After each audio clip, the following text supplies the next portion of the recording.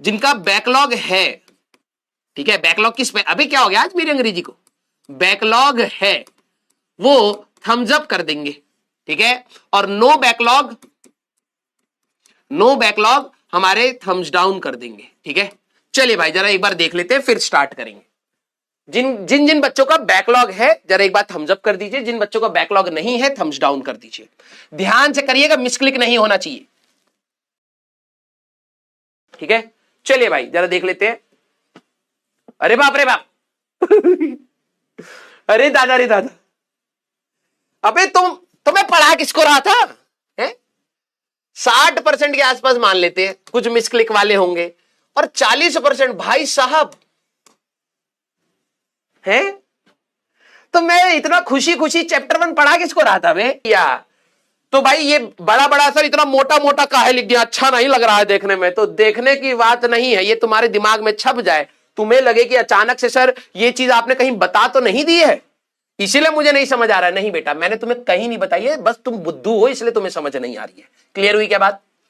आगे चल करके कहीं पर भी अगर आपको ऐसा एहसास होने लगे यार ये मुझे कहीं कम समझ आया है, कहीं इसका कोई लेना देना चैप्टर 1 से तो नहीं है, अगर आपको कभी भी ऐसा लगे तो एक बार रुकिएगा और फिर इस स्टेटमेंट को बोलिएगा, मैं ही गधा हूं जिससे समझ नहीं आ रहा है, पीछे वाले चैप्टर से इसका कोई लेना देना नहीं है। क्लियर है क्या?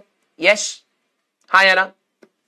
हाँ सारे बच्चे, जब भी आपको ऐसा एहसास हो क्योंकि बच्चा एक्सक्यूज ढूंढने की कोशिश कर रहा होता है कि किसी तरीके से मैं किसी पर तो ब्लेम डालूं, ओह मेरा चैप्टर 1 नहीं हुआ है ना इसीलिए मेरे को आता नहीं है, उससे कुछ लेना देना ही नहीं, तू गधा है इसलिए तेरे को नहीं आता है हाँ तो कोई डाउट नहीं रहना चाहिए, सारा डाउट क्लियर? यस क्लियर, हाँ बहुत सही। हाँ सर ये लिखना है क्या? नहीं बेटा लिखना नहीं होता है, ठीक है, अपने असिस्टेंट को बुलाइएगा और उसको बोले ए लिखो।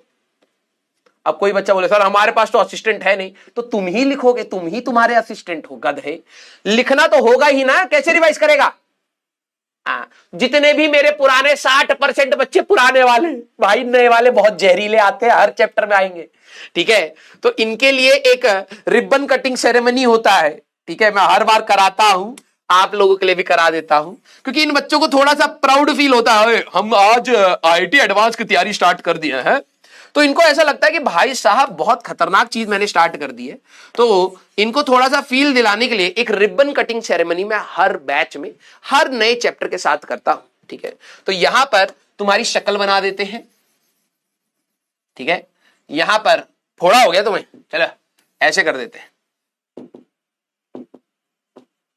अरे रुकिए तुम्हारी शक्ल अच्छी से बनानी पड़ेगी ना, नहीं तो तुम गुस्सा हो जाओगे पहली क्लास में आकर, यार मास्टर हमें बेइज्जती करा, ये टीचर सही नहीं लग रहा हाँ अभी तुम्हारी इज्जत बढ़ाता हूं, रुको,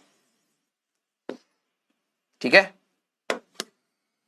थोड़े से बाल बना देता हूं, भाई साहब बाल तो जरूरी है आजकल, स्टाइल तो पूरा चाहिए, स्टाइल में रहने का। सर ये कैसे बाल है? इतना ही काफी है, आगे तो झड़ ही जाने हैं, तो फ्यूचर बना रहे हैं तुम्हारा, ठीक है। ये तुम्हारी आंख हो गई, और अब बात है कि तुम्हें हम कैंची नहीं देंगे, क्योंकि नॉर्मल जो मार्केट में कैंची मिलता है उस औजार से ये हो नहीं पाएगा, उससे भी तेज धार की तुम्हारे पास एक कैंची है, कहां है? तुम्हारी जीभ कैंची के जैसे जो चलती है दिन भर। सर सिग्निफिकेंट फिगर नहीं कराए, हाँ तो ये तुम्हारी कैंची दे दिए हैं, हाँ जुबान से काट दीजिए, ठीक है, तो ये हो गया है। और ऑब्वियस सी बात है, बस एक कमी रह गई है, आंखों में आंसू भरे हुए, ठीक है, तो ये है तुम्हारा। और ऑब्वियस सी बात है एक चीज और रह गई है, आजकल तुम हाँ दाढ़ी मुछिया वाले लोग हो, तो तुम्हारी थोड़ी सी दाढ़ी बनाना बहुत जरूरी है। हाँ यस क्लियर, आइए। तो अब कोई कहे ये कैसी मूछ है, शीशे में देख ये बढ़िया बनाई है, वहां और बुरा हाल है, ठीक है, 2 ही बाल निकले हैं, उसको तू मूछ कह रहा है, ये ले 3 बना दिए, अब नहीं, इससे ज्यादा नहीं। क्लियर? आ जाओ भाई स्टार्ट किया जाए, आ जाओ आ जाओ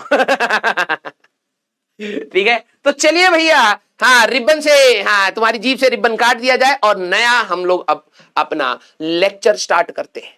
क्लियर? चलिए